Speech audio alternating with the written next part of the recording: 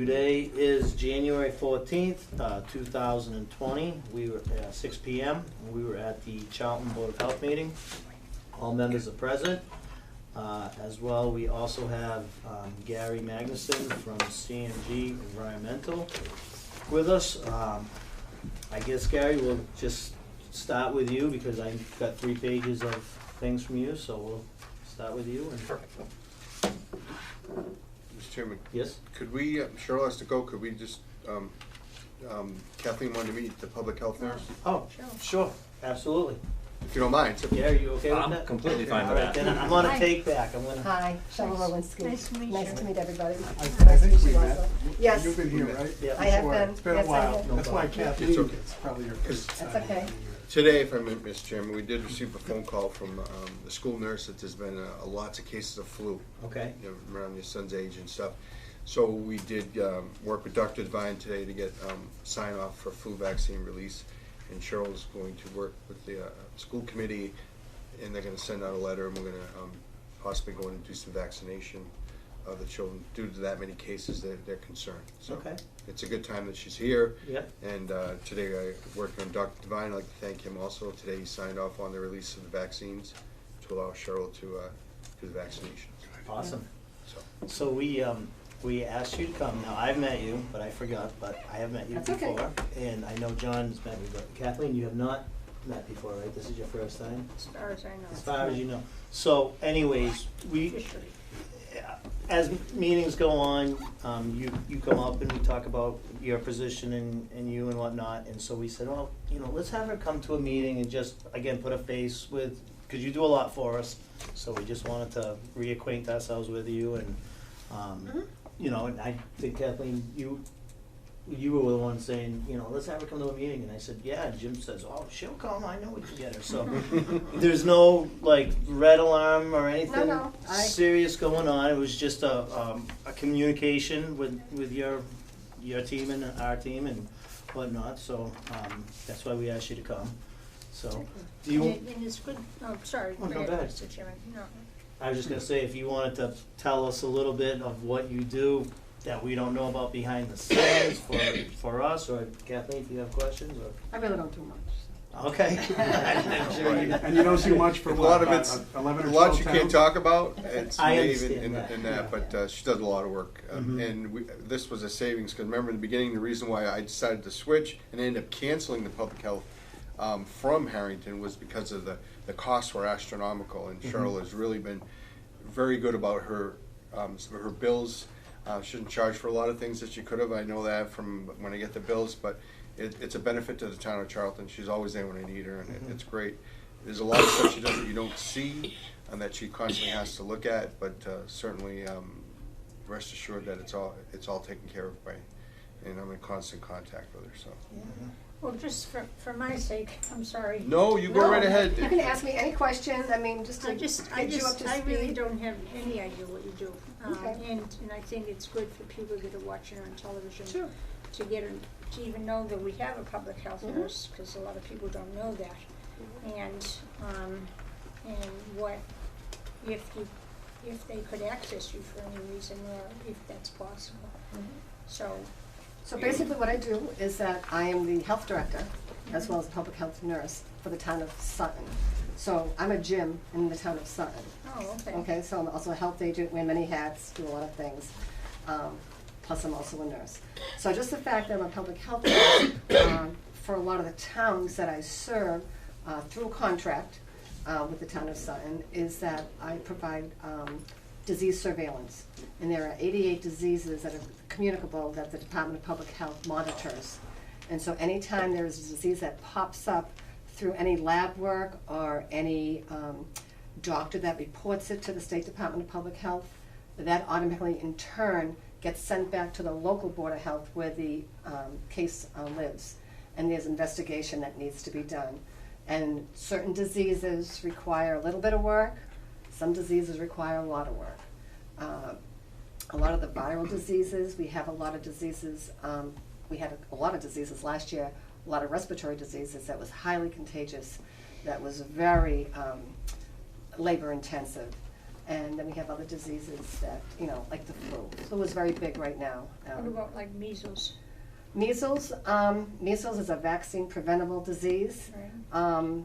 I don't think we've had any, I cover a lot of towns, so speaking, I have probably had a case of a suspect, which all turned out negative, but again, there's a lot of work that needs to be drawn to that conclusion as to if they revoke the case or if they confirm the case, so. Because I've read a lot about people not getting their kids vaccinated and then measles starts coming back. Measles, mumps is another one.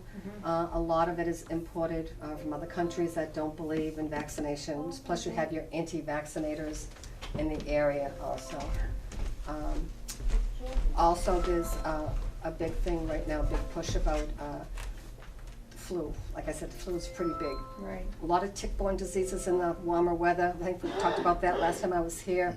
Huge cases of Lyme, and there are other diseases that are now coming up that are kind of overtaking Lyme.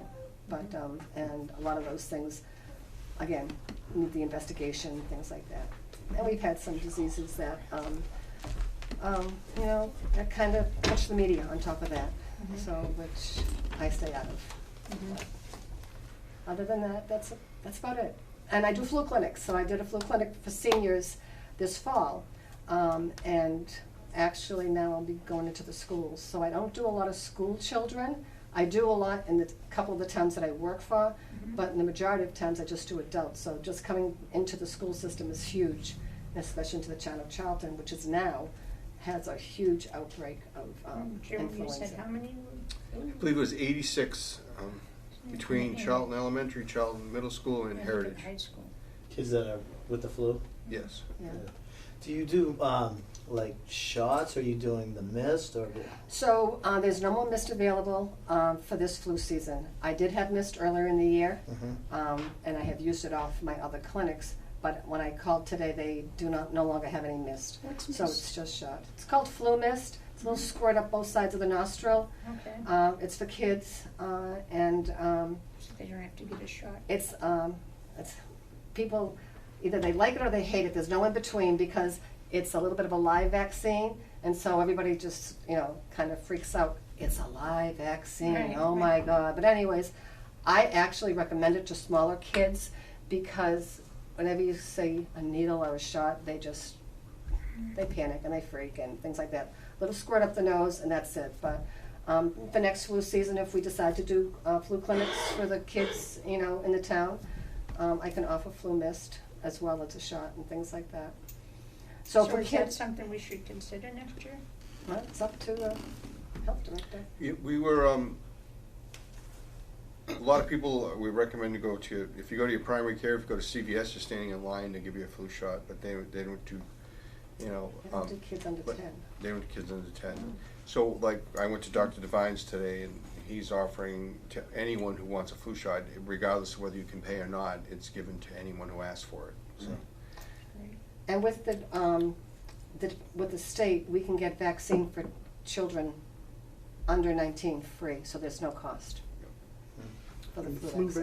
vaccine is recommended for, starting at what age? I think it's, below 1 year, they say, check with your doctor. 6 months, it 6 starts months. at the beginning of the vaccine, but I don't give vaccine to that young of a child because first of all, if they ever have a reaction, we're in a place where we don't have a lot of, unless, we have EMS on site.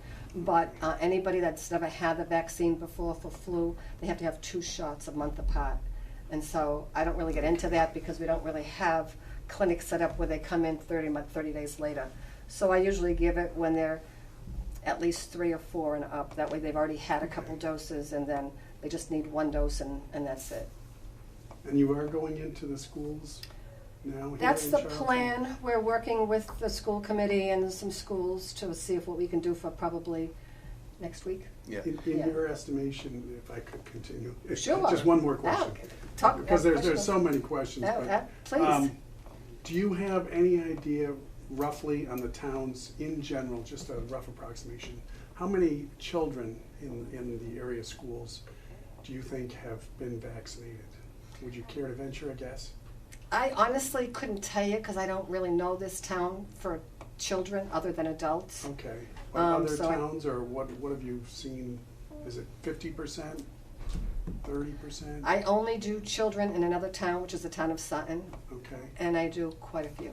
okay. I do maybe 70% of kids.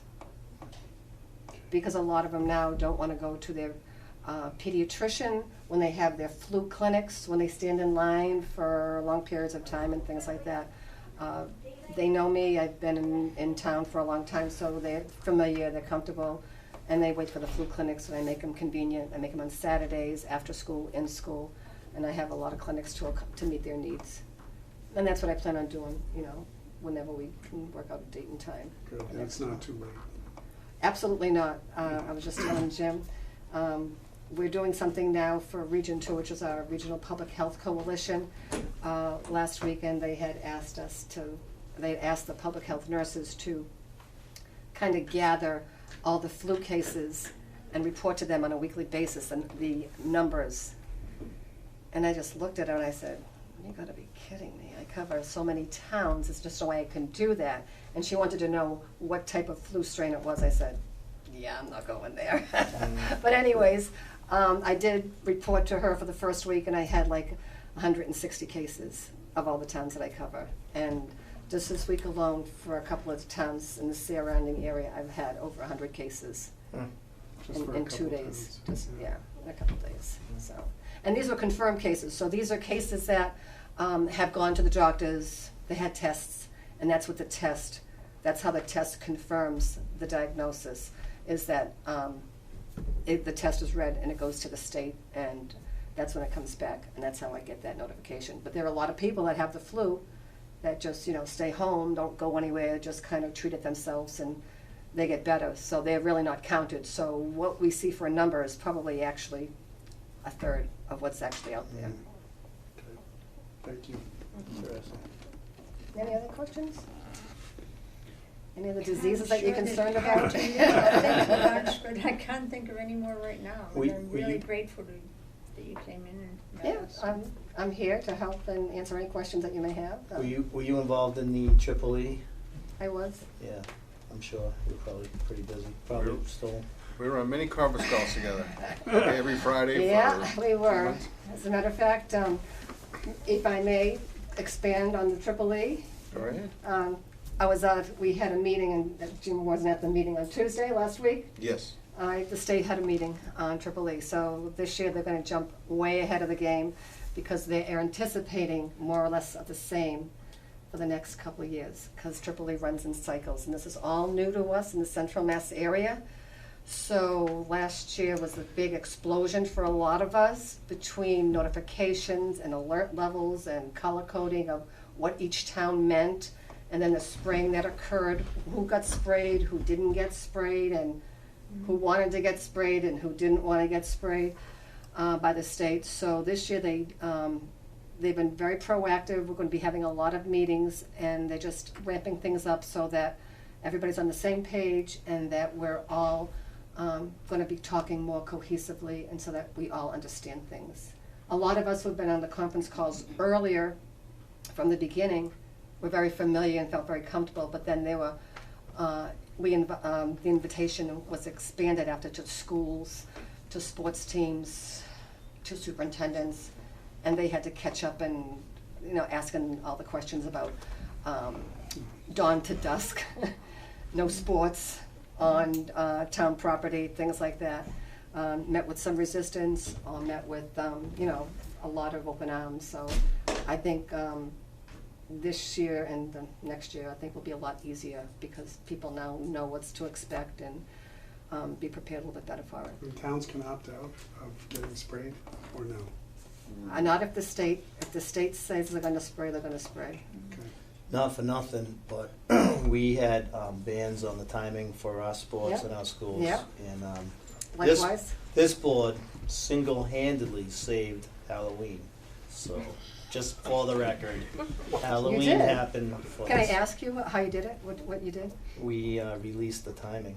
So, instead of, 5:30, I think, we had a frost before that, didn't we? We did. It was like Oh.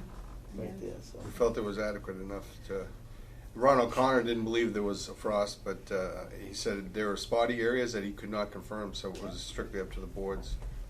So, but we did, and there was, All towns did something different because everybody has a board and every board can make their own decision, 351 cities and towns, and that's what the people did. So, yeah. Charlton's so big, it's not like you can go to one central area and do Halloween. It's basically this is the central core district, Right. so So, they had trunk or treat and stuff. Yeah. so. good. Um, Anything else I can answer? Kathleen? No, I'm good, thank Joe? you. Cheryl's also on the executive board for the FEB steering committee that I'm on, so. For Region 2. Region Merthyr 2. Paradise. One other thing, if I could, I think I'll go Charlton.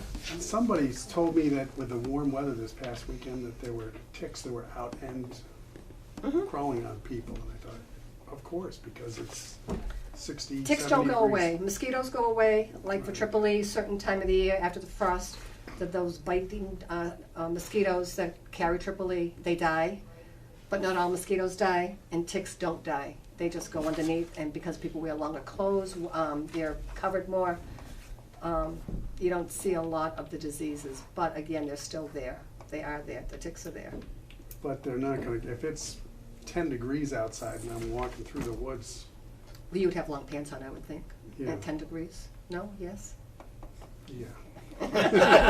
Unless I'm going out for the newspaper or something at the end of the driveway, my flip-flops. Yeah, but no, for the most part, most of the cases that we see are usually during the warmer weather, when Right. people, but I think now people are more educated about doing tick checks and, just wearing light clothing, so if the ticks are on them, on their body, they can see them more readily, things like that. And there's some new tick diseases that I've heard about, some things that are infiltrating this region, correct? Some scary stuff. A lot of us associate Lyme with the bullseye rash and everything else. A lot of Lyme cases don't even have that rash, so you may get bit by a tick, because the ticks are so small, you may not even know it.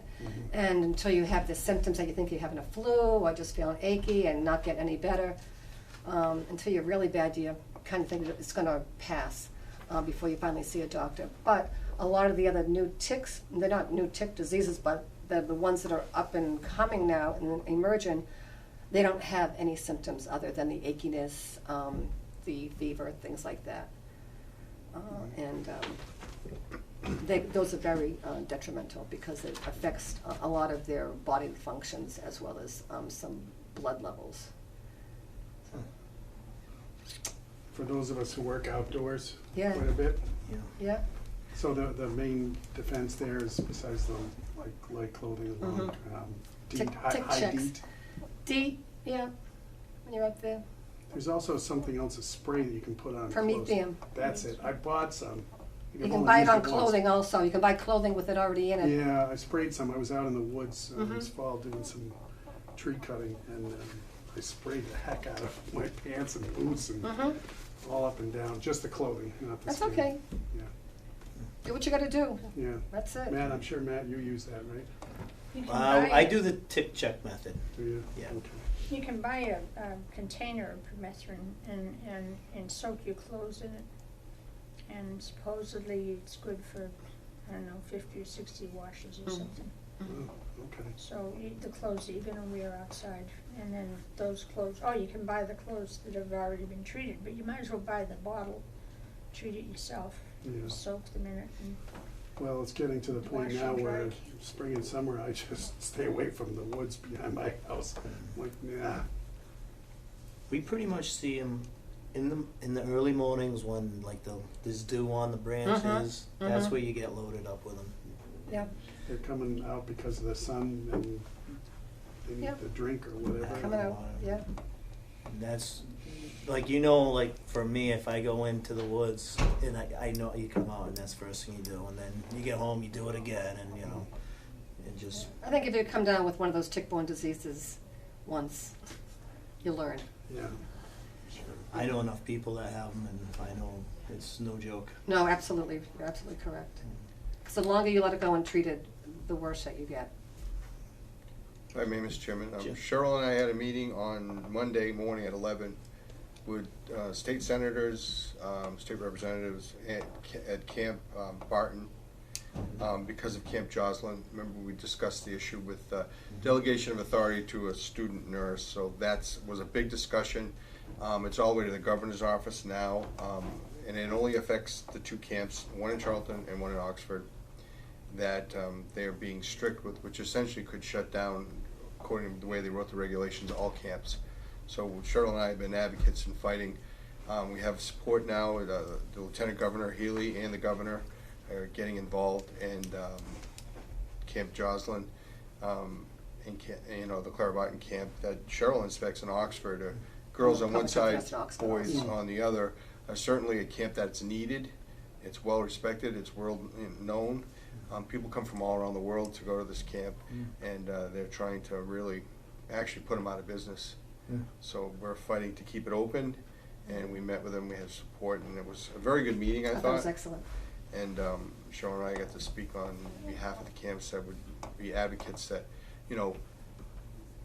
that one little paragraph sentence you wrote in there for a variance that we allowed, and now you're saying you changed it, that nurses cannot delegate authority to student nurses, needs to change. And that's what the effect is, that you can't do a finger stick on someone to check their blood sugar without being a full-fledged nurse. Nurses may be a nurse, but if they don't specialize in diabetic care, as Cheryl could tell you, she's an RN, then they really don't know the circumstances. So that's something that's going to be an ongoing, but we will be updated, because certainly you may be hearing about it real soon. Well, if this board needs Real to soon. support, I know myself, I would support that as a board member, so. And I know we've had discussions about this over the years, that they've never said a word, and all of a sudden, I've been inspecting camps for my 16th year, all of a sudden that they decided to change it based on the 2 camps, one in Charlton and one in Oxford, because they didn't like the delegation of authority, which is unjust. Mhm. You can't have kids marching out in the middle of the night to go to a building, and trip hazards, mosquitoes, all kinds of other things, because you don't think it's right. And they've taken a specialized class, and there are nurses in their 3rd and 4th year Yeah. that they said they can't. So it would be astronomical for them to have to hire all nurses. They're just not available. Yeah, So no, I get it. we've been fighting for that, and it was a productive meeting. I thought it was very A good. lot of important people there, and we certainly get to say our piece. So Yeah, and I think we're gonna hear something in 48 hours. yes, Yeah. That soon. Well, they sent off some letters.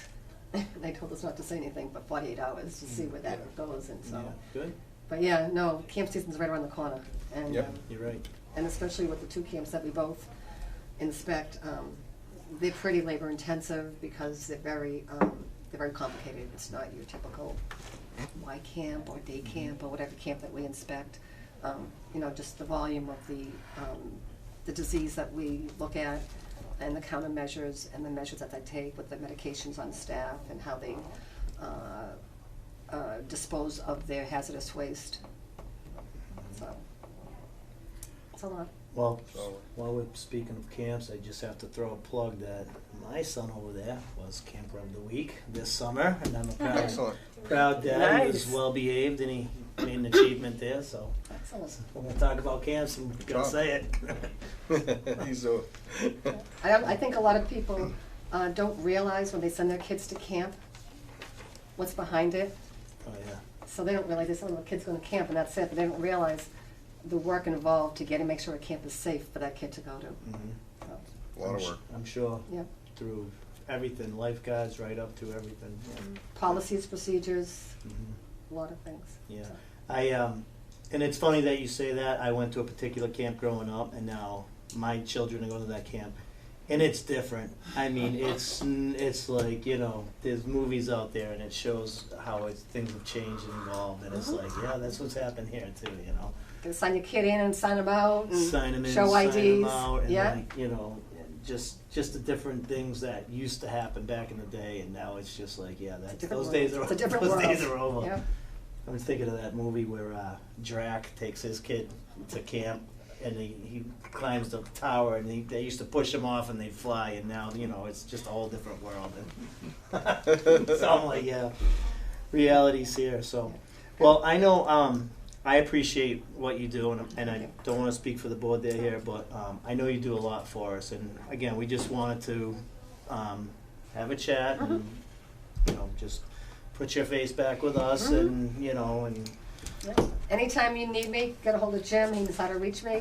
Mhm. I'm available 24/7, so, Yeah, awesome. Thank you. So, yeah, Thank awesome. you. I Thanks appreciate for the coming time in. tonight as all well. right, We'll nice be- to see everybody again. We'll be talking tomorrow. Thank you. Oh, I'm sure we will. Yeah. Have a good night, everybody. Yeah, Thanks, Thank Cheryl. you. Take care. Thanks, Cheryl. Okay, so, Thanks. yep, so we will move on to item D, which is Mr. Gary Magnuson with CMG Environmental. Gary, how are you? I'm well. So tonight I have 3 proposals for you.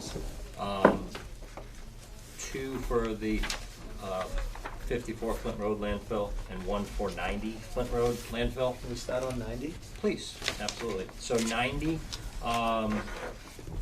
little before the proposal. So the proposal is for Q1 and Q2 of 2020, which requires one. Is 90 the old or the new old? So 90 is the capped landfill. The new one. The new landfill, the capped landfill. So our services on 90 Flint Road entail semi-annual groundwater sampling, surface water sampling, and then quarterly landfill gas sampling and reporting. And then the wild card that's in there, it's not a wild card, it's a requirement, is an annual inspection by a third-party inspector. I help that third-party inspector. That will be done either Q1 or Q2 of this year. We'll get that lined up. So this proposal, same cost as the last 2 years, nothing has changed, scope of work hasn't changed, everything is the same, everything is status quo. There's no maintenance required, no damaged wells, nothing along those lines. This summer we had a issue with the contractor that was doing the mowing. So I had to spend some additional time out there. I didn't charge you guys for that. I probably made 5 different site inspections to try to prod along the original contractor to get things done and help them out, but that didn't work. So you guys hired another contractor. They did get the work done. I met with him twice. Very pleased with the quality of work. So I don't have a fee in here to meet with your mowing contractors and those things. I did a couple DEP inspections and communications with them. If I can do those things, it takes an hour of my time, I just do it. So that's worked out fine. It was just a little painful dealing with the mowing contractor, but once you got the new guy in there, things went really well. Can I cut in for a split Please. second, Gary, and just say thank you for doing that for us? Appreciate it. You're welcome.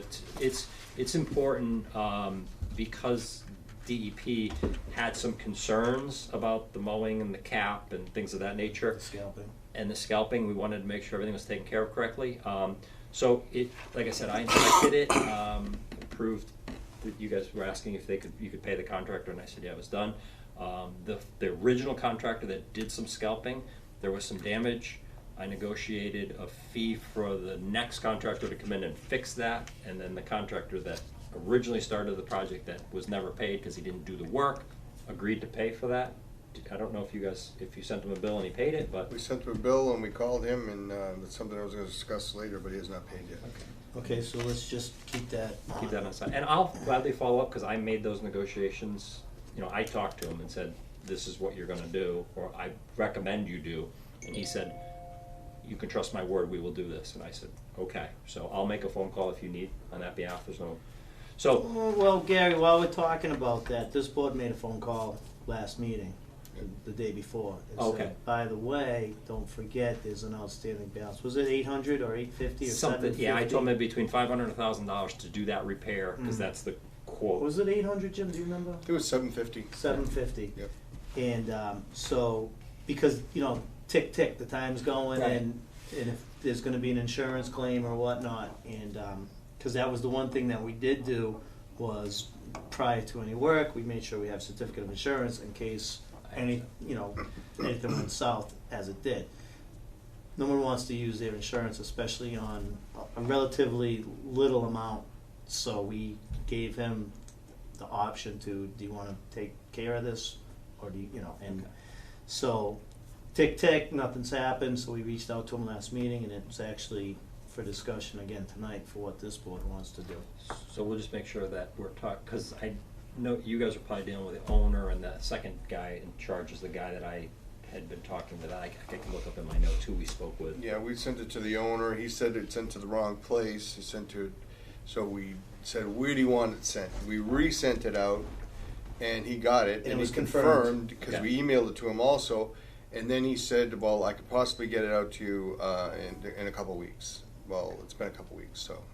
Well, all I can tell you, I can look at my notes. I have records from who I spoke with and what Sure. he said, if you That's need the it. board. Can I pause you? I want to talk with this board. What do we want to do about that now? Because Jim was pretty stern in speaking with him last time. He said, well, and actually Kathleen, you said it's the holidays. You said, let's give him the benefit of the doubt. Right, And that came and went. yeah. So I guess what we can do is nothing. We can have Gary reach out to his contact and try and stir the fire one more time, or we can go out and do an insurance claim. If there's any thought between you I'd like to two. try with Gary, what do you think? This is what I can tell you. The guy that was, he's second in command there. I apologize, I don't have the right notes in this book. It's not old enough. He was the man I was communicating with on, he said, oh, we'll get there tomorrow to get the work done, and we're gonna be there, we're gonna have a 3-man crew. So I kept communicating with him, and I finally told him about 3 days before they walked off the job, I said, look, are you gonna finish it, or are you not gonna finish it? You have 2 choices, you have 3 choices here. Either bring the right people in and finish this job, or you walk away and you're not gonna get paid. And I said, I understand, you're from far away, whatever. Just tell us the truth, because I have DEP calling me asking when it's gonna be done so they can do their inspection, and I have the Board of Health asking what's going on. And the gentleman finally said, okay, we'll get back to, we're gonna get more crew out there. He got more crew out there, I went back, and I said, look, you've been here for 3 more days. You still have a week's worth of work here with a crew bigger than you have. Are you gonna get this done or not? And I said, I need an answer today, because I needed to talk to the board. And that's when there was some damage. I saw the damage, and I said, on top of that, your crew has done some damage to the cap, which is a very critical issue with us in the town right now. Right. That needs to be resolved. He called me back and said, I talked to the owner, we're gonna walk away. I said, okay, no harm, no foul. I said, you damaged the cap. I said, I don't have a quote, but my estimate is it's probably between $500 and $1,000 to fix that damage. Right. Will you pay for that damage? He said, send us an invoice, we will pay for that damage. I said, do you understand you're not getting paid for the work you've done because you haven't done anything, the job's not complete? He said, I understand that. Mhm. And I believe he sent the board an email. I asked him to send A you guys a letter, board, yeah. or a letter that said, we're backing out, we don't expect He payment. did. And and he was supposed to acknowledge in that email, or that letter, that he had created some damage and they would pay for the damage. He gave us a quote saying, it's not about, if you did something wrong, but it's about addressing something. How you fix the problem, How you know? fix the problem, and, Don't judge so people he- by the errors I make. Yeah, so and so we felt, hey, this guy, we get it, especially if he was on Google Earth looking down Yeah. at this thing, and then you get there and it's like, wow, this thing is much bigger than, So we understood that, and we felt as though he was gonna make right on that. And he was a gentleman when I spoke with him, Yeah. and he was very disappointed that his company couldn't complete it. He said, we've got My- personnel my- issues and whatever. So I just want to share with you guys that I talked to him. He said he was going to pay it. Mhm. As long as you're talking with him, you're talking to the right person, I'd say just be harsh with him. Yeah, because I feel as though we had a good thing going with the contractor, but in the fairness to the taxpayers of the town, we were able to save some money. And we were skeptical out of the gate, saying, "Well, how is this going to happen for that dollar value?" Like it was too good to be true, right? So, but then our due diligence was, are we sure about this guy? And it's like, well, he has this advanced robotic mowing machine and the slope mowers, and yeah, no, he's got this. And so our only our only fallback was, okay, well, we'll have the certificate of insurance, so if something gets damaged, it's not gonna cost the taxpayers additional funding. So we really had, low risk on going with the lowest bidder on that. Now, a little bit of damage has occurred, it's now cost the taxpayers that funding to have that repaired, and I just feel as though we, it just needs to be addressed. I agree. As long as you're talking to the right person, Jim, I think you can. I think you were talking a second, I was talking to the owner himself, and he was quite, he assured us that we were gonna get the check, his company takes 30 days to process, he found it, he did receive the email, he confirmed that he received the email, and we did mail it again. He said he was going to have it processed, so, we check the mail every day, the girls, and I asked, did we get the check? No. Did we get the check? No. So, I would like to set a definitive date with this board, seeing as today's January 14th. I think that, and this is my 2 cents, up for discussion, of course. I say we give him till February 28th, unless this month is leap year. We give him to the 29th, at the end of next month. So that gives him 2 weeks and then a full month to get this thing processed. And I'm hoping, Jim or Gary, that our office can reach out to them and say, here's the deal. Either, give it to them get straight. it straightened out, or we're gonna file with your insurance. We owe it to the taxpayers of this town.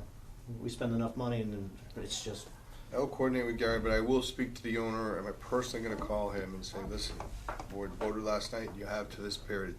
Where is the status of the payment that you promised in your email to the board, apologizing for the damage? That- And yet you were in receipt of, and then you said you didn't get it, Yeah. which we know we got it. now, but last time, we've already gone through the. We already went through that, yep. But my question is to Kathleen and John, what I just proposed, is that fair with you two? Do you guys have a different thought as to time sensibility, or? I wouldn't have gone that far, but I think that gives the company ample time to get a check into this board. And after that, no ifs, ands, or buts, I would pursue an insurance claim. And I think I think he knows that's where we're going, give him one final shot. That's 6 weeks. If he can't do it in 6 weeks. I'll tell him But straight I'll out. go with the end of February, that's fine. Kathleen, what's your thought? Yeah, I agree with John. I also agree it's a long time. I would have gone a shorter time. If you but, guys want to go shorter, I have no problem going shorter. But I would be in totally good conscience to go to 6 weeks, and then file an insurance claim. I mean, if you want to go 30 days, I'll go 30 days. It's It's 30 days, 45 days. The end of Doesn't February matter. is fine. Yeah. okay. Um, I believe that's this board being It's as more than Final fair. chance. It's more than Yeah. fair. And if It's not a ton of money. And it's not $8,000, no. not 80 grand. Yeah. So if the three of us are okay with that, I say then we make that the stipulation that we're gonna intend on filing an insurance claim March 1st if it's not resolved by the last day of February. Yep. I agree. Okay. Jim, can you take care of that? I will take care of it. We were being nice, but I guess those days are numbered. Does the town take credit card? No. No. Back to you, Gary. Sorry for that interruption. Well, I apologize as well. I was just trying. Kind of had to happen. No, that's how we get there sometimes. So 90 Front Road, the landfill, the proposal's the same, the costs are the same, everything is status quo. So if you guys want to vote on that contract, you can, or you have questions, you can. As a What's the total under? 98. 98.98. 9,000. What is that? $898. Yeah, $9,898. I'll make a motion to approve the work that CMG is doing on 90 Flint Road this year, at the cost of $9,890. A lot of 8s and 9s. Sorry about that. Eights and nines. Yeah, that's okay. I'll second that motion. Yeah, I just wanna clarify, and that's proposal for, 90 Flint Road, quarter one, quarter two, 2020. All in favor? Aye. Aye. So that passes unanimous. As one additional note on that, DEP has been requesting an inspection and kind of an audit of that. It's following up to last year's third-party inspection. Again, we have a small budget to deal with a third-party inspection, we'll do that. We'll work with DEP. I haven't heard anything, so I have nothing to report. When they have questions, we'll answer them. Fair enough? Sounds like a plan. And I believe, Gary, you've been paid up to date, correct? Yes.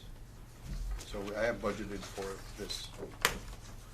Here's the signed proposal for 90 Flint Road. Gary, can we move to 54 Flint Road? Yes. And So- can we discuss quarter one, quarter two on that? Yeah, so 54 Flint Road, that's the uncapped old landfill. There's kind of three issues going on here. The first proposal I'll talk about is the semi-annual sampling of that landfill and reporting to the state.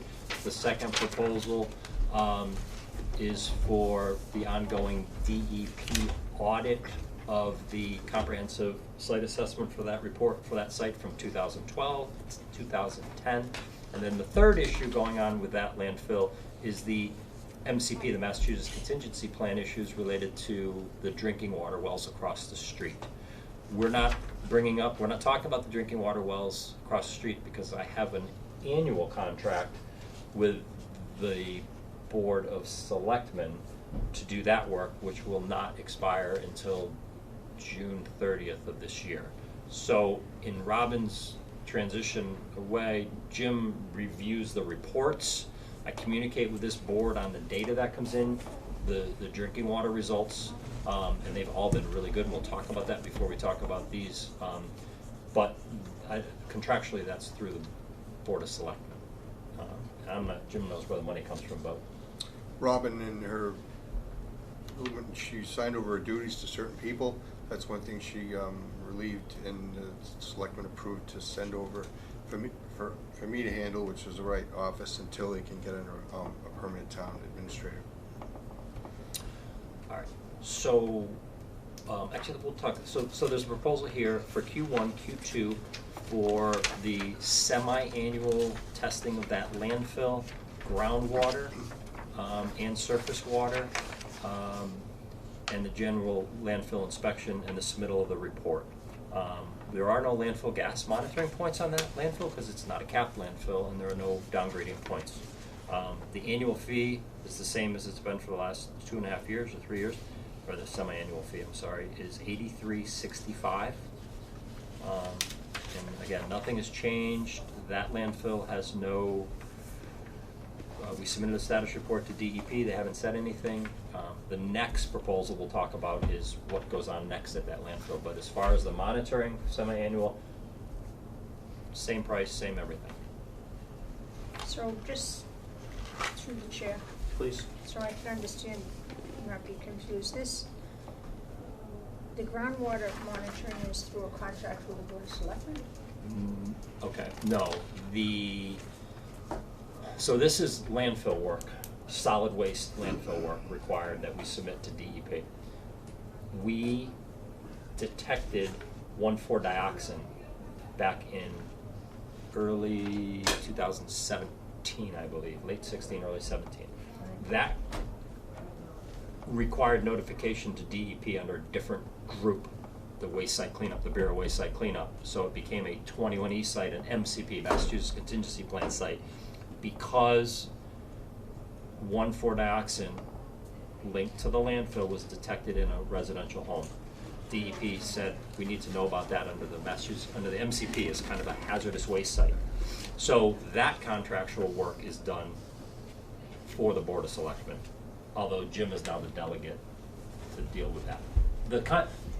The work So would. that's not what you're talking about here, okay, So this I one just- is testing the groundwater on the landfill proper. okay, The MCP one is testing drinking water across the street. across the street, okay, Okay. yep.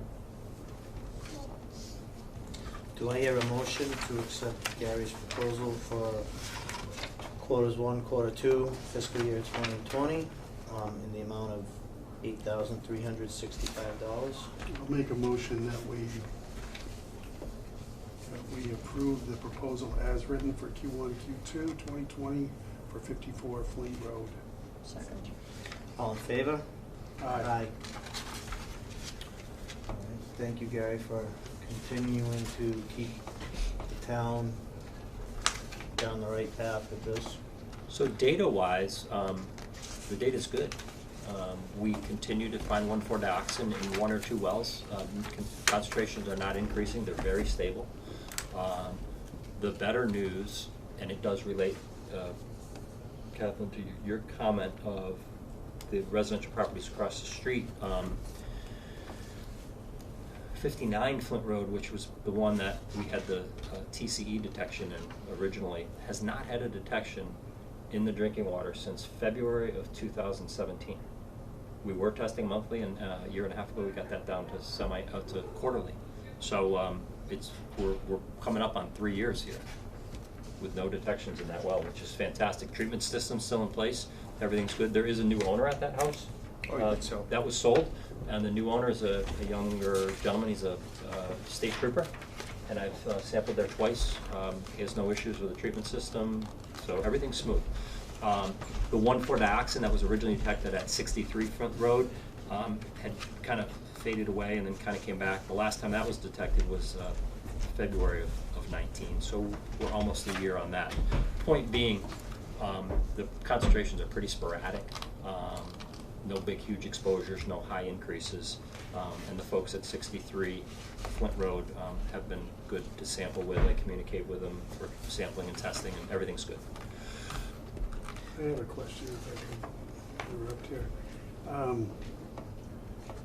If and when the Old Town landfill does get capped, would we likely see less infiltration of groundwater and potentially less contamination downstream in well monitoring? Is that a potential plus for getting it capped? in your Potentially, estimation? yeah. Potentially, I know yes. every landfill's gotta be different. So the issue, Groundwater yeah, levels. So, that's an unlined landfill. So the contaminants, the garbage, the debris is in the ground, sitting in the water. By putting a cap over it, you're stopping the water from infiltrating at the top. The issue you have with an unlined landfill, as regional groundwater moves from south to north across the property, or east to west, or I can't get the direction correct in my head here, but that regional groundwater will just move in the ground through the landfill and continue to go. So all you're doing is you're stopping the water that comes through the top. Don't get me wrong, that's a benefit, Right. because you're going to go through 10, 20, 30 feet of unsaturated soil and municipal solid waste and everything else. So that rain isn't going to go through all that. So yes, it will improve it from that perspective. But I'm certainly not going to tell you that by capping that it's going to stop, Okay. because what's there is already there. Whereas the newer landfills have a liner at the bottom, and then they put the municipal solid waste in, and they put a liner at the top. So theoretically, that water that moves laterally never comes in contact with that material. But yes, it will be an improvement. Okay. Thank you. That fly won't give up. So I do have a second proposal which relates to that. So this proposal is proposal to support to address DEP audit of the landfill and the corrective action alternatives analysis. So I gave you the same proposal, just changed the date, back in May for the same prices, but I haven't billed you a penny on it because DEP has not requested any action yet. So we talked about this. You guys actually signed and approved this proposal. So I thought it prudent to kind of give it to you again, but you don't necessarily need to approve it because I already have it approved from historically, but if you wanted to approve it, I'm not gonna, we don't need, there's a budget here, if I don't even know what I asked for on this one. 10,000. Yeah, so what's going on is there's a comprehensive site assessment that was submitted to the state back in 2010. They started an audit of it, then it sat in limbo until about 16, 17. We did some testing, found some issues, supported the data back to DEP. They've reopened that audit. As you know, Greg Root at DEP and some others have had some questions. I think we've gone over about 5 different hurdles to answer additional questions for them. All relatively inexpensive. We did some test pits, the town did them for us, we sent that data along. We sent them two pretty comprehensive reports in the budgets that we had to support the existing 2010 report, to say that report is good, but you gotta add this data to it, and here's the results. That report said no further action needed, the 2010 report. The new reports say you can't say no further action needed because we have 1,4-dioxin and TCE in residential properties, so you have to do something. The next step after the CSA is this next report, this corrective actions alternative analysis, which is basically, do we cap the landfill or do we not cap the landfill? And if we're gonna do it, generally, how are we gonna do it? That's the next report.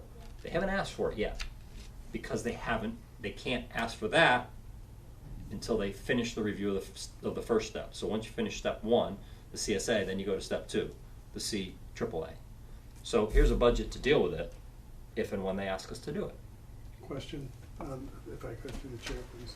The CAAA, if the DEP does come back and say, oh, Gary, by the way, we need this report, what sort of a time frame would they be looking for to get that information from you? We'll probably have 6 months. Okay. There's a permit issue that they have to issue an approval, and then there's a permit timeline. The DEP has been really good with you guys with this board. They're working with you. They know that, they're working with you. So they have to get their internal audit done of the existing report, and then they're gonna say, move forward with this. But they've told me you have to do this. I mean, I know you have to do this. It's just when. When you say this, you This is referring to comprehensive, capping? this is the comprehensive alternatives analysis. Just the analysis? Yeah, I can't speak for them. And I don't see how I can, or we can, or any consultant or engineer is gonna be able to say, you don't need to cap it. The regulation's in place, it was a landfill, it meets all the criteria. You're going to have to do something about it. The comprehensive alternatives analysis is next, and then the one after that is the actual design. And in the design, that's where all kinds of things comes into play. Do we consider taking in the existing waste that's out of the landfill, COM 97001 it's called. A lot of landfills, when you do your cap, you take in additional material as revenue to design, to shape and create the cap, and that offsets some of the cost of doing the cap. All discussions for further out, we're not there yet. Just curious, if that was the case, though, we're not gonna line it. You're gonna line the top of it, Cap the top. you're not gonna line the bottom. Not gonna line N- the bottom. Well, I don't think it's It's impossible. Right. Yeah, So I'm DEP, just- DEP wouldn't be asking for that I'm aware of. Yeah. I've had a lot of discussions with them on where this goes. There was a discussion of trying to make it a parking lot.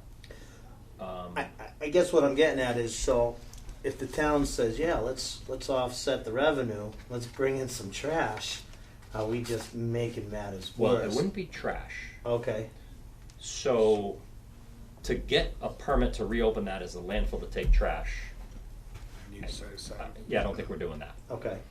That's something I don't believe your board, well, and I can't speak for your board, but that's a huge undertaking. Right. When you design the cap, Mhm. you are allowed to do some different things. You can design the cap such that it's a solar farm. You can design the cap such that it's a parking lot. You can design the cap such that it's, recreational. They've done them where they put golf holes on them. So that end goal is part of the design. If you wanted to design it as a golf hole or a ski slope or a solar farm, you might need to change the grades. Well, they really frown upon you moving the garbage or the municipal solid waste is already there around. So what you do is you add to it. And what you add to it with clean or mildly contaminated soils. DEP has a policy called COM, COMM 97001, which you can take in lightly contaminated petroleum soils or urban fill soils. Okay. Very specific criteria, permit process, not a big deal, but very specific. The Southbridge landfill was taking COM 97 material for many years. Many landfills do. They were using it for, depends on what their permit allows, but some is for shaping and grading, some is for daily cap, whatever. So a lot of these landfills will come in and they'll get they'll get the approval and they'll say, okay, we can put 10,000, 20,000, 100,000 yards of this material in there, and people will pay, whatever. Disposal fee. A disposal fee, and that actually is a benefit to the landfill because it creates the shape that you need it to be to meet whatever your objective for the property is. I was just trying to clarify. And no, I don't think you wanna go, again, I can't speak for the board, but trying to put additional municipal solid waste in there is probably not a viable option. Okay. Using some off-site fill material of some sort to grade and shape it may be a viable option, and there may be a revenue component of that. I can't speak to how much or anything, because I have no idea what the intended use would be at this point. It's basically flat. It's pretty It's flat. And, Yeah. I remember the conversation we were talking about Casella, and, not for nothing, but you're like, yeah, take a sponge, right? And now you put cinder block on the sponge, and what happens? Everything squishes out, you know? Right. So, if this board or this town or the powers to be, I mean, if we were gonna do something with that, we'd have to have it pretty, we don't wanna make matters worse down there. You don't, and it's not a very big landfill. Right. Acreage-wise, it's not huge. No, so. And the DEP, we can talk to them about alternative methods of capping, because there was a discussion of making a parking lot there for, I'm not exactly sure the end use, school use or something, but. School use, that was the last a one. day parking lot. I brought a guy in once, he was willing to put solar on 90 Flint Road and 54 Flint Road. Yeah, And it got turned down in a different office. right. But, and that's a very, Sounds like a good idea. that's a very viable option. I don't think it's an option right now as far as The solar part, I don't know the if it's an solar option. part. But I right. mean. The some- moratorium on it. Yeah, and yeah, Available, but I'm Yeah. just, at that time, that was an option, right. so. So this is, again, you guys already approved essentially the same proposal dated a different date, but we didn't do any of the work. So it's up to you if you want It to. still stands. That So one this- stands, or you can vote on this one. It This doesn't is a matter to me. reminder letter. It's a reminder letter. It's still out there. I'm glad you reminded me of it, Gary.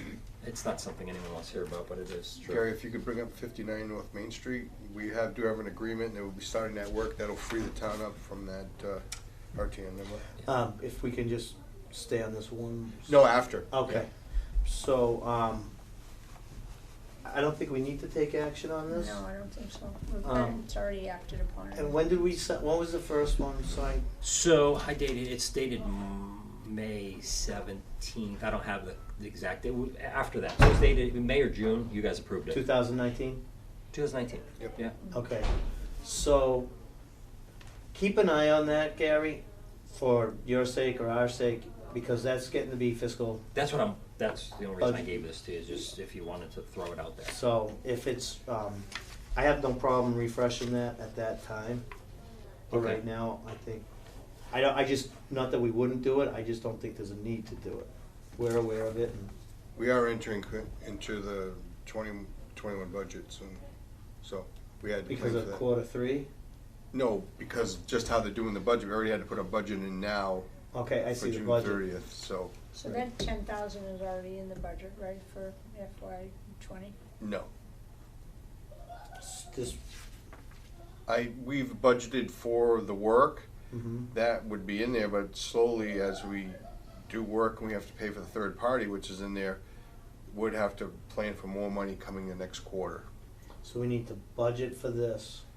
for Yes. the- For the next season. I- This funding that we have for this isn't in place right now? Our funding is fluid. As it comes in, we did have money because some of it was like Gary was working for the selectmen. that money was handed over to us because I was reviewing it and paying that out. It was being paid by Kara originally Yep. and through that office.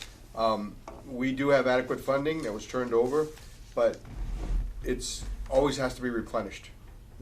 So I'd like to replenish that again if you signed it, so I could get the more money, because we're gonna end up burning out. And the state always calls, even the third party, she wants to know, do we have sufficient funds in what we call a FAM? We Right. really don't have a FAM, but Anymore. we have a budget that is enough to cover that we can make sure that the work is required from the DEP that Gary is, we have the money for it. So they wanna make sure that you have the money Right. to pay someone to do the work that's required. I'm just saying, if you sign it again, I can have, that would give me leverage to say that we do have additional, we want to fund for additional stuff. But that's up to the board. I do have, if they did call tomorrow and say it, we might be short, that's all. So we're not supposed to be short, so I say then, Well, I wouldn't say short, but I'm saying in our We budget, should sign it together. yeah. it's just, I want to make sure that we have adequate funding, and the third-party inspector reports to DEP that we do, and I'm not saying we're sure, we have adequate money to pay, Yeah. but that hasn't happened yet, Mhm. so it's really not something that, it's tough to budget for something that may occur and it's not. But remember, a lot of that, some of that work was not being paid by this board, it was being paid for out of Robin's office. Now that she's gone, we're paying for the MCP work, which I mentioned to Gary about. Some of that work is for a filtration system at 59 North Main Street, some of that work. So we're gonna free ourselves of that, so that may give it, it's always, the numbers are there, but they're not always exactly, it's tough to budget for. Yeah, I understand. Okay, so I'll make a motion then, Mr. Chairman, Okay. that we approve, Gary's proposal dated January 13th, 2020 for corrective action alternative analysis for 54 Clinton Road in an amount of $10,000. And that the previous, agreement, be removed, so we don't have two of them. Okay. Is there a second? I'll second that. All in favor? Aye. Aye. Yeah, I Matt, agree if I with make one, it's because the new finance director, the laws have changed, they're so strict on using the money. I have to show that we have a current bill from that year, that. Okay. so it gets a little, before it was a little more, less strict. Now it's, if I don't have it budgeted and it's not there, then they're not allowing me to expend that money. I understand. Can we talk about 59 North Main Street, was it? If you like, yeah, if you wanna update, You need to update Gary, that in debate too, as well? that is probably his own, saving of the town money, advised me that 59 North Main Street, was the last house that was mandated that he has a filtration system and he tests, and it's, what, about $8,000? So we have another contract with Yep. the Board of Selectmen for the old highway barn, 54 North Yep. Main. The cleanup on the site is done. The only reason we can't close that site was connecting homes to public water. Everybody that needed to be connected was connected about 2 years ago, except 59. I had met with 59, we had agreements 2 years ago, verbal agreements. We've been working at it diligently for 3 or 4 years to get them connected. Finally, Jim was able to make a negotiation with them through a property transfer, or pending property transfer, and get that connection done. So once that's connected, we can now submit a permanent solution on that site and close that one out. And the annual fee for us to do the testing and the monitoring and the reporting was, I think we had a budget of about 8,000, and we were charging about 4,000 or 5,000 because we just weren't using it all. So that will get freed up once we, but there is probably a $4,000 or $5,000 cost to do the final closure report, which is, it's budgeted. But those annual costs are gonna end. And by Jim working with him and finally getting that connection, that's gonna save the town that $5,000 to $8,000 a year that the EP doesn't allow you to close it until everyone's connected. It's Right. just, you're not allowed. It's cheaper to get them connected then they spend the next 5 years spending money that's like basically being thrown out the window, and we can close the responsibility. So I had worked diligently, and I had to play hardball when they tried to sell it. I put a stop to it. The money is budgeted. It's being paid for by the water and sewer out of the Exxon Mobil funds. It's been approved by the Water and Sewer Commission. It's just getting him to do the signature was like, it was very difficult. He lives in another town, but I finally got him to pay because there's incentive to sell.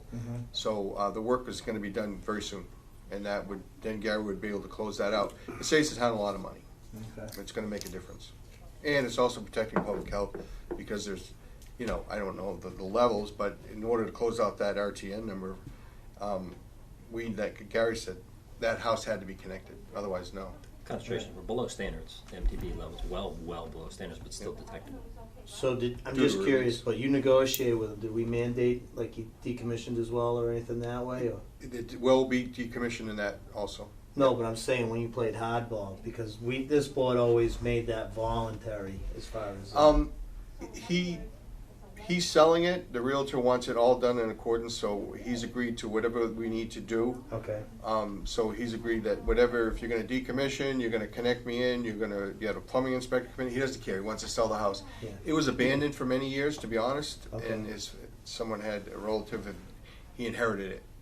He just wants to free himself of it. So whatever he said the town needs to do, he agrees to assure the safety that there's not we figured that if he's in agreement, rather than have a well out in the back, there's also flood waters in the back, that river comes up high, that, Yeah.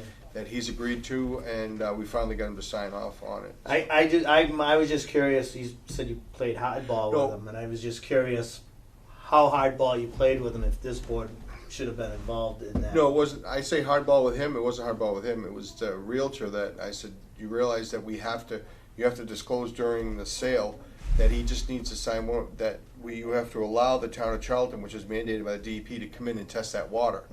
So that's something that they would have to disclose during, that's Right. the hardball. I see. There was no, I called him, he wouldn't return my phone calls. I'm just making sure this board didn't order that he decommissioned. It wasn't an order in any way, it was Okay. just a suggestion that he hook up, and he agreed, he had signed it. Problem is, he didn't sign the paperwork to agree to pay, and so the town of Southbridge denied it. So he wouldn't come back in and sign that last paper, he said, I already signed it. Well, he forgot to sign one piece of paper.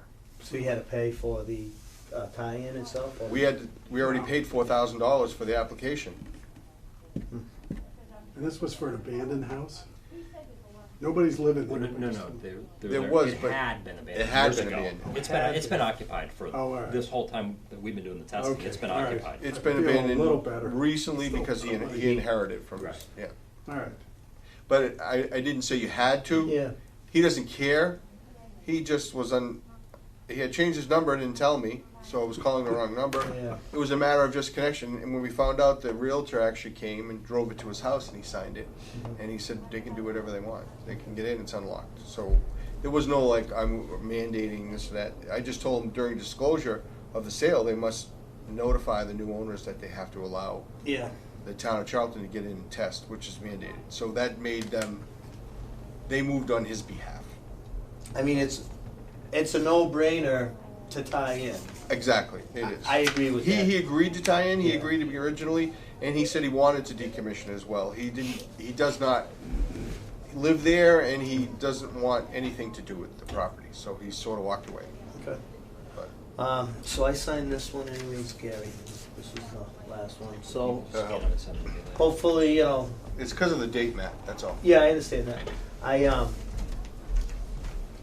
I hate to see us spending money that we don't have yet, on, in theory, that's gonna go away, so we can put it over here. Yeah, no. But my point and Jim's point was, it's been a long, arduous battle to get that house connected. I've been working on that one personally for about 5 years.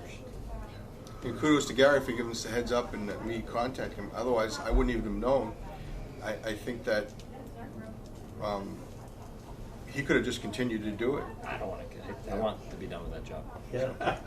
It's 2006 job number. I think it's 2020. We need to be done with that one. There's others too, like, I think Honey Farms has one or two that are still open. Yeah. One, I know. You know, Yeah, so it's a challenge, so it's, Jim, and it's just wanted, Jim did a good job of getting that done for you guys. It's not No, easy. that's, I'm glad that it is done, trust me. Gary, you have anything else for us?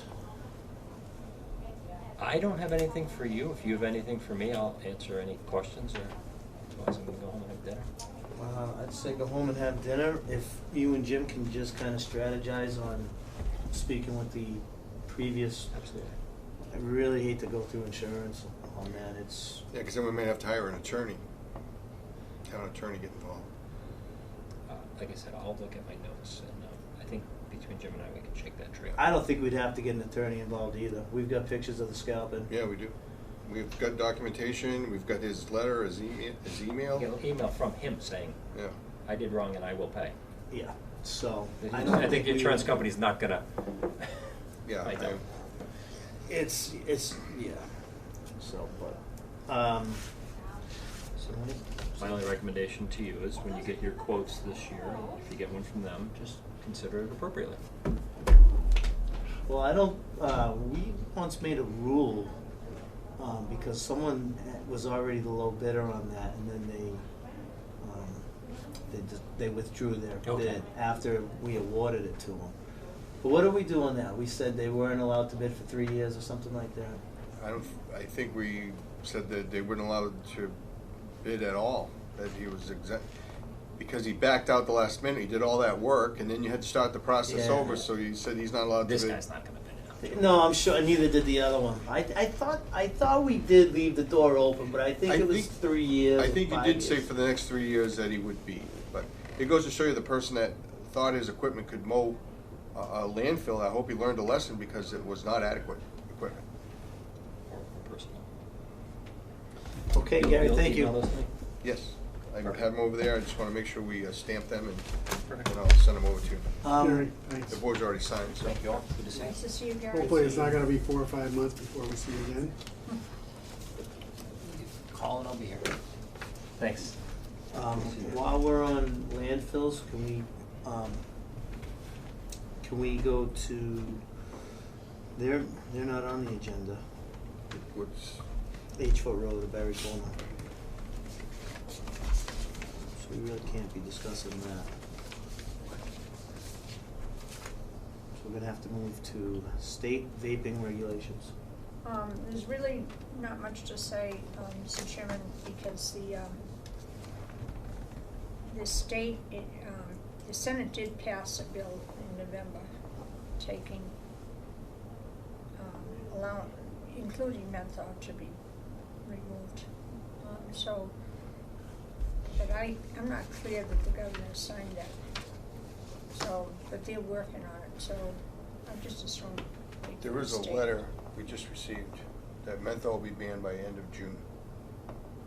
Okay, so Signed by the the governor did sign Yeah. it. Did you Okay. give a copy? I was looking for it, today, and I couldn't make heads or tails of the whole thing. I heard end of June, but, no. Yeah, so,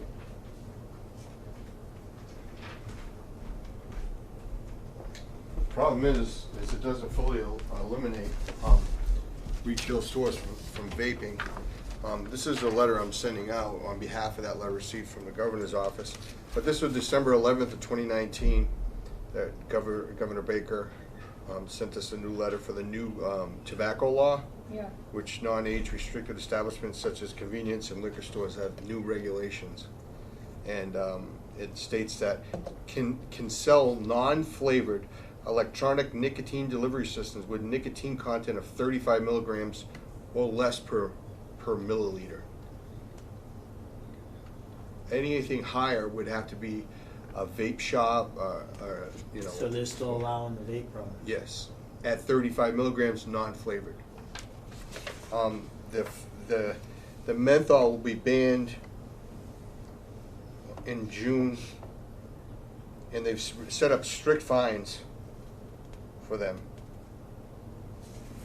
But we do have our own bylaw, which yeah, it's just that it doesn't, the menthol is still allowed. But I'm okay with waiting for the state's action to come through. yeah, they're really coming through big time. They're really, Yeah. but They are eliminating, like you asked about the menthol. The menthol will be Newports and all that we talked about originally that Yeah. we didn't ban, will be banned by the state. Right. Menthol cigarettes as well? Yes, Okay. yep. So, I mean, unless you wanna get a head start in the state, I'm not, No, I think they're certainly doing at least what, And then some. at least once the state does it, it'll be done, it won't just be done in Charlton, it'll be done Right. everywhere. So people won't. Yeah, have this the is opportunity statewide. This is not, To go to the next town and, you know, and it'll be easier on the retailers to understand it all. It's done the so it's, same so it's everywhere. not like if Charlton banned menthol and then Southbridge and Dudley didn't, that would be causing harm to our stores. Like Kathleen said, it's evenly enforced across the Right. board. correct. And it's not by the local authority, it's by the state. Now people are gonna have to drive the 8 miles down in Connecticut to. That's the only thing. Putnam So we can and make Thompson. laws that are more stringent than the state, but, You're right. You can. but it sounds like it'd be pretty stringent. They are. So, Jim, Yep. on this fining process, who's fining who? This is town or is this state?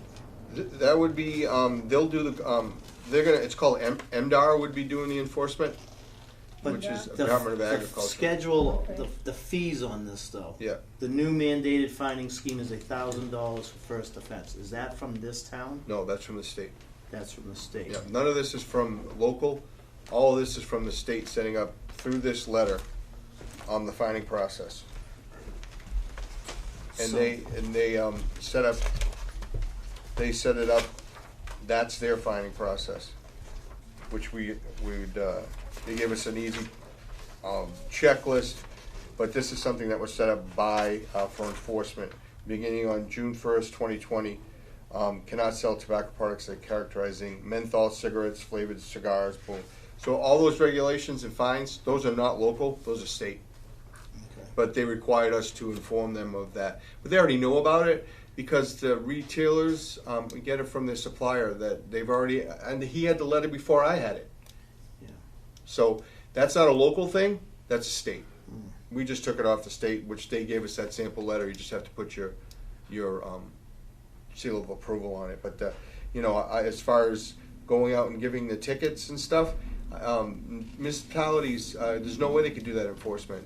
It's look at the city of Worcester with 1,500 stores or something. It's Yeah, it's crazy. it's crazy. It's I've already had issues with them being upset, but this came directly from the governor's office on December 11th. It was released. So The newly amended Mass General Law, Chapter 270, Section 6, subsection D reads as follows. A person who violates this section shall be punished by a fine of $1,000 for the first offense, $2,000 for a second offense, and $5,000 for a third or subsequent offense. Well, there's no joke. no, and I think there's no. There used to be a time frame. There's no like after You a can get- year. Yeah, you can get fined 1,000 Yep. one day, and the next day they catch you and. It But- does say within a 36-month period. Yeah, it used to be 24 months that it ended. So if there was any violations within that 1 year period, but this is not from something from this. This is not our regulations. This is state. Like Kathleen said, they're really, and they're going to make it even more strict. Wow. So we really don't, like Kathleen said, we can make it more strict, which I think is already too strict. We can't make it less. Yeah, no, What they ought to do is sue the flavored vape manufacturers for all these kids that they hooked on nicotine for life. That's my feeling. Well, I think that it is kind of the world has changed because across the street, you can't sell menthol cigarettes, but you can buy marijuana across the street. I know, and I hear that So- stuff. But And, you and know I, what? I still don't understand that because I was always told that feds have one law and the states must be as strict as the federal law. And then towns must be as strict as the state laws. And they can be more strict, but they can't be less strict. Right. Right. Yet, why is marijuana legal if the feds, Say it's federal, illegal. I just don't understand how Yeah. that came to be. Yeah, that is a good question. It is a good question. I just, people are asking me, I said, talk to your legislators, talk to your state I representatives. understand, there's I don't- nothing we can do. You know, it's not Well, from, we had a vote on it and the vote passed. Yeah. So, Yeah. but why we could have a vote on it when the federal regulations are, That's right. Stricter. yeah. That's the part that I don't understand. And I'm not talking medical. Well, I we just understand have to ask medical. Siri for that. She knows everything. I'm talking recreation. Yeah. yeah, the medical's been very quiet over there. They've had very few, I haven't heard any, not one complaint about traffic or anything. It's very few cars in there. So, that's Green Gold Group. Yeah. Yeah. They have not applied or gone before the planning board yet for recreation. I will let the board know when they do. That's a separate license from this board also. Right, and Jim, didn't you say, I don't know how many meetings ago, that they have to wait 30 days or 90 days or whatever the heck it is, a certain number of days that they have to be in operation before they can apply for recreational sales?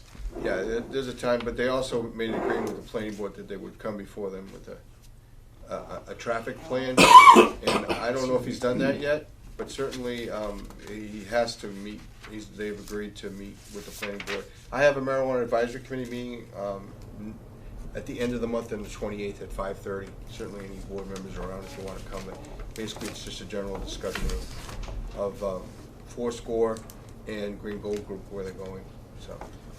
Sorry, sure. And what about the FinCom meeting? That I haven't heard yet. I put it in the budget, and as soon as I hear they'll put us on the agenda, I will notify you. Okay. But I did put in for Kim for 34 hours. They set the rate, and I added it to the budget, and it's just highlighted that it's extra, so that whether it's going to be approved or forward, or if we have to go to FinCom, most likely I would appreciate if you would come with me. Yeah, I'd be happy to, as long as it's. We've done 167 additional inspections this year compared to last year. I think I've signed most of those. I got 3 Okay, for you. so, I got 2 more coming. 3 more. 4 more. Okay, you wanna sit up front? You'll be on TV? Could be on TV. Show us your picture? Oh. Nice. That's quite an elaborate picture. It's a lot of- Colorful, I like it. It's like a whole story going on in that picture. There's some in there I need signatures. That's fine. Do you need another pen? Brand new one.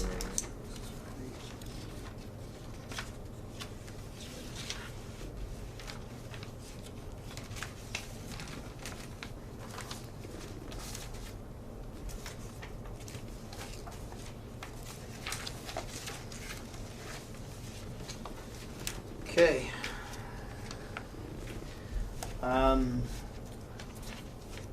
Any LNG updates? I haven't heard boo from anybody or anything, no idea. And we're coming up, I think within the next month, when the state, it's either the court or the siting board, I'm trying to remember. It's been so long since, we have not met. The LNG committee has not met in probably 3 months. 3 months, would I think, say. yep. Yeah. I don't have any And updates. there's really, there was some testimony, what do you call it, disclosure or whatever, and this was all gonna be, I think, in Boston With the siting board, I believe. with a siting board, environmental consultants, lawyers, and so forth. I'm not gonna say we're totally done yet, but it's now it's kind of a wait and see, to see what happens. If I do hear any updates, I'll be happy to share them with this board. But as of now, it's been very, very quiet. Okay. Kathleen or John, do you guys have any other business unknown at the time of posting that you'd like to discuss? The only thing I could, I know we talked about a transfer station. I don't see it on the agenda tonight. We don't have to talk about it tonight. Is that still up for discussion at some point? I don't have a real pressing need, but I think this board talked about potentially talking about it somewhere down the road. It's- I think We can- Kathleen was talking about it in her recycling committee. Transfer station up, We discussed it, I think, the last meeting, We right? did, I Yeah, just signed the minutes on it. Yeah, I think the, we're doing a household hazardous waste thing, but Yeah. that, I'd like to put on next agenda. okay. But, no, I don't know, that's what a transfer. So, I'm on board with just having that discussion for the transfer station in Southbridge, for the next meeting. so you want that placed on the agenda? Please. Okay, And also the household hazardous waste. and the household hazardous waste on the agenda for the next meeting. Yeah. Kathleen, do you have anything? No. Jim, do you have anything, department head reports? I've sort of updated, we've been very busy, now I'm dealing with the flu stuff with the, and I'll keep you updated. We'll probably hear from the superintendent tomorrow. I may have to have you sign the letter, because if the letter goes out, it probably should come from the chairman of the Board of Health, if it's going to be a letter that is brought out for the flu clinic. Okay. Is Dudley getting involved with it this year? I haven't heard anything from Dudley as far as that. I mean, we didn't do it for years because of the cost. They had started charging, and then it was too difficult to process. A lot of people went to their own doctor, and there was very little turnout the last time we did it. But now it's being encouraged by the school committee. At least we have the right to offer it. I did work diligently today because we needed another physician. Her physician retired, and she didn't have the medical. Dr. Devine stepped up today. I have a sign, and I want to personally thank him on camera that he said anything for the Charlton residents, and today he signed off and allowed us to get those vaccines Awesome. right away. I already sent it to the state epidemiologist, and we're cleared to go. So Good. I'll coordinate with the schools, and Cheryl's ready to go. So if anyone does want, they can't say we didn't offer it during this period of time where there's such an influx of people, children getting sick, that we really want to do our part. So Hey, just trying to see where it comes into play here. So we don't have it on there, but for the next agenda, yep. at one time we talked about writing a letter to Casella, now that their voluntary water program is expired. Oh, okay. The letter to would be go to basically to Tracy, the To Casella, Yeah. and just basically. I might let me. I don't know if I did because you would have had to sign it, but look, I think I did write it. I think we talked about it once. I think the board was in favor of just saying. A letter, thank you for all the years of stepping up and going above and beyond. When they and we didn't have discussed- to. They didn't have to. And now that the water line is in, just a. And she final did it thank at the you. request of you, Matt, when you were chair. No, I understand that, Yeah. but I also feel a thank you goes a long way, and even when they didn't have to do that, You're right. they continued and they saw it through all the way to the end. If you remember, there was a time we had to ask every quarter. We did. They were doing it one quarter at a time, and we got through those hurdles, and then in the end, they basically extended it indefinitely until public water came. Now that the public water is there, I know that voluntary water program is no longer needed, Yep. but I just wanted to just reach out and say, thanks for doing that.